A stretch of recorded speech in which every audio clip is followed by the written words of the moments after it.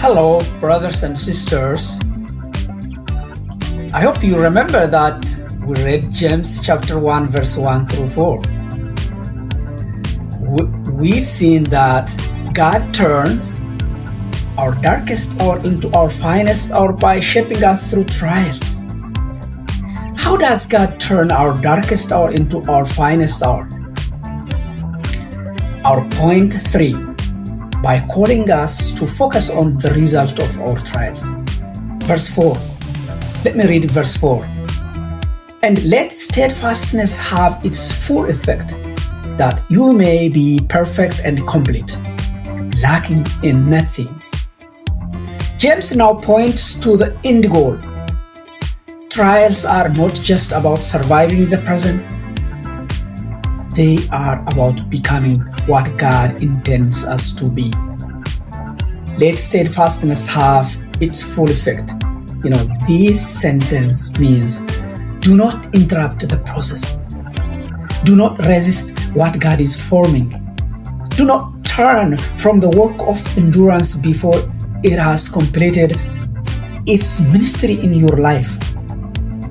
The word perfect and complete do not mean sinless perfection in this life. They mean spiritual maturity, wholeness, completeness of character. God used trials to grow his people up.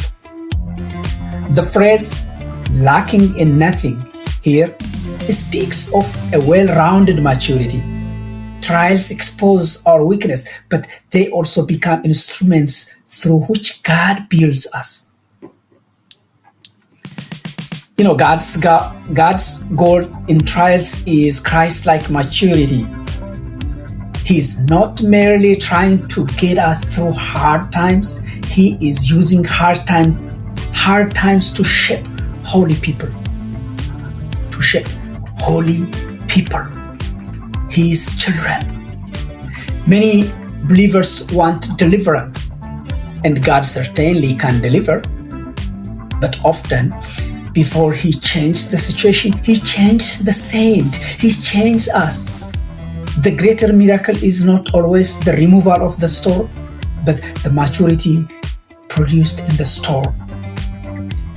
A sculptor chips away at a stone not because he hates the stone, but because he sees what it can become. Every strike of a hammer seems harsh, but each one is shaping the masterpiece. Likewise, God used trials to chip away pride, impatience,